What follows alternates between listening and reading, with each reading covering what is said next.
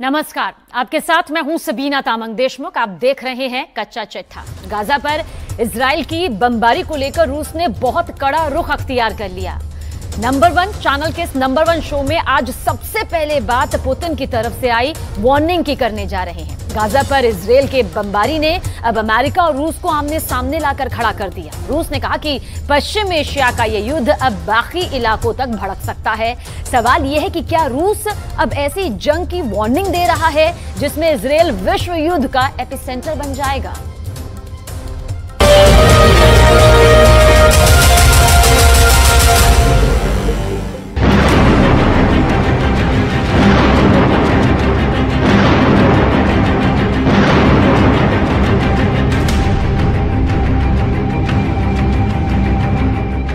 एक तरफ गाजा में बमबारी चल रही है। इजराइल का युद्ध गाजा को पूरी तरह तबाह करने जा रहा है। दूसरी तरफ इजराइल पर हमला करने के लिए लेबनान, सीरिया और ईरान की फौज तैयार बैठी है। और तीसरी तरफ अमेरिका की सेंट्रल कमांड का बेड़ा इजराइल को बचाने के लिए भूमध्य सागर में पहुंच चुका है।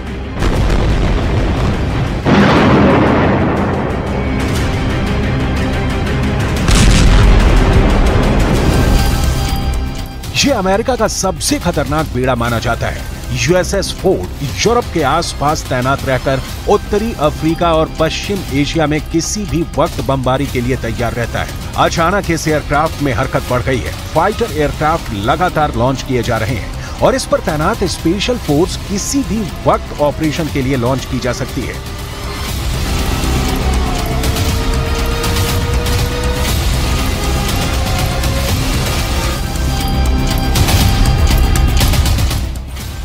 गाजा में हालात बहुत नाजुक हैं।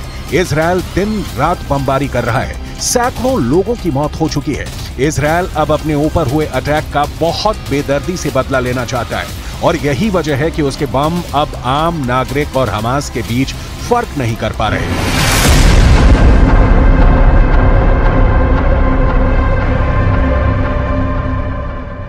इस वक्त गाजा में जितनी भी इमारतें इजराइल की बमबारी में ढहती जा रही हैं, वहां मलबे से बच्चों और बूढ़ों की लाशें निकाली जा रही हैं। ऐसी हर तस्वीर को देखकर फिलिस्तीन का समर्थन करने वाले देशों में गुस्सा उबाल खा रहा है।